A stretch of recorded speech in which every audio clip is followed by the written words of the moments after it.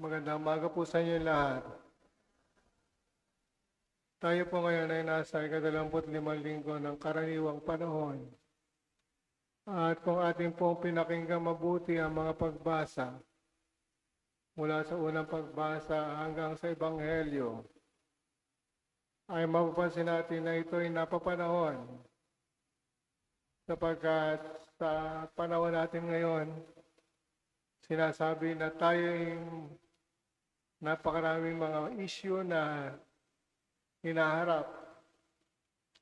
Kahit saan tayo bumaling sa mga usap-usapan sa ating mga pamayanan, pinag-uusapan na yung korupsyon. Kahit tayo nagbabasa ng mga balita o nanonood ng telebisyon, ang pinag-uusapan ay korupsyon. Kaya di naman, lalo higit sa social media, punong-puno ng usapan hinggil sa korupsyon.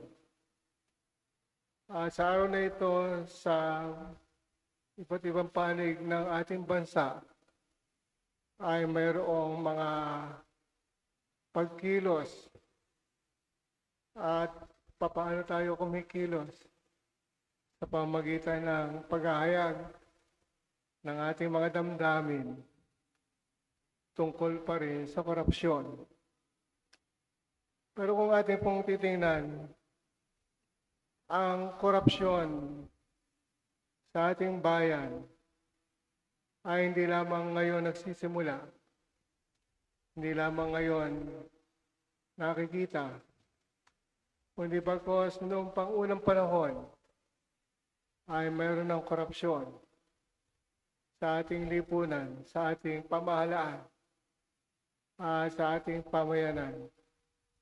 Bakit? Sapagkat noong unang panahon pa man, nakakarinig na tayo ng 20% na bahagi ng korupsyon ay pinagkakaloob sa mga politiko, sa mga kontratista, sa mga namumuno, hindi lamang sa public works, kundi maging makita din natin doon sa custom, sa BIR, sa iba't ibang sangay ng ating pamahalaan, ay makita natin buhay na buhay ang korupsyon.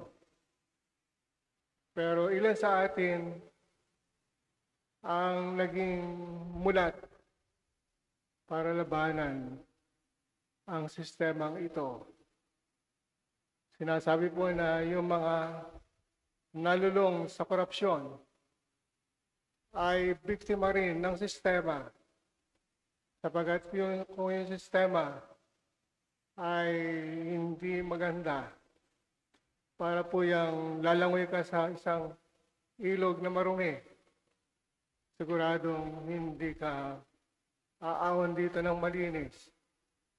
Sapagkat ang nilalangoyan mo na sistema ay tunay na marumi.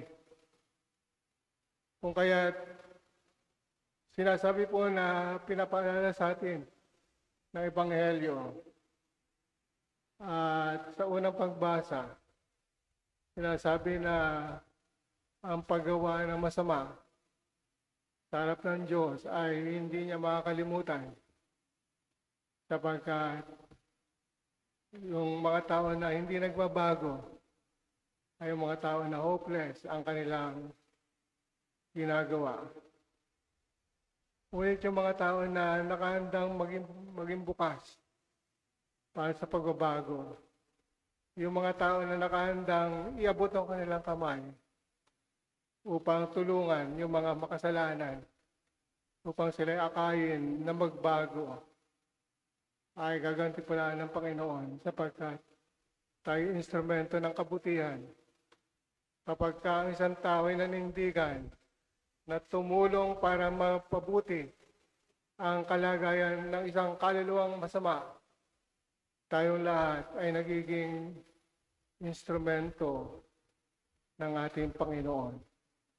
Pero kapag tayo nanatili sa paghahangad ng kayamanan, kapag tayo nanatili sa paghahangad na i-condemn lamang ang mga makasalanan at tayo manatiling nakatingin sa ating sarili. Nawaring tayo tama at mali sila. Nawaring tayo malinis at sila'y marumi. Tayo nagiging judgmental sa iba. Bago po natin tingnan yung kahinaan ng iba, tingnan din natin yung ating sariling kahinaan. Baka naman tayo nag-aanga din ng yaman sa iba't ibang pamamaraan. Kasama tayo doon sa mga tao nagiging mahina at kasama tayo sa mga korap. Maliit man na bagay ang ating kinukuha, maliit man bagay ang ating ginagawa, maliit man bagay ang ating kinukupit, ang lahat ng malaki nagsisimula sa maliit, ang lahat ng kahinaan na nagbubunga ng kasamaan ay nagsisimula sa kahinaan natin mga tao.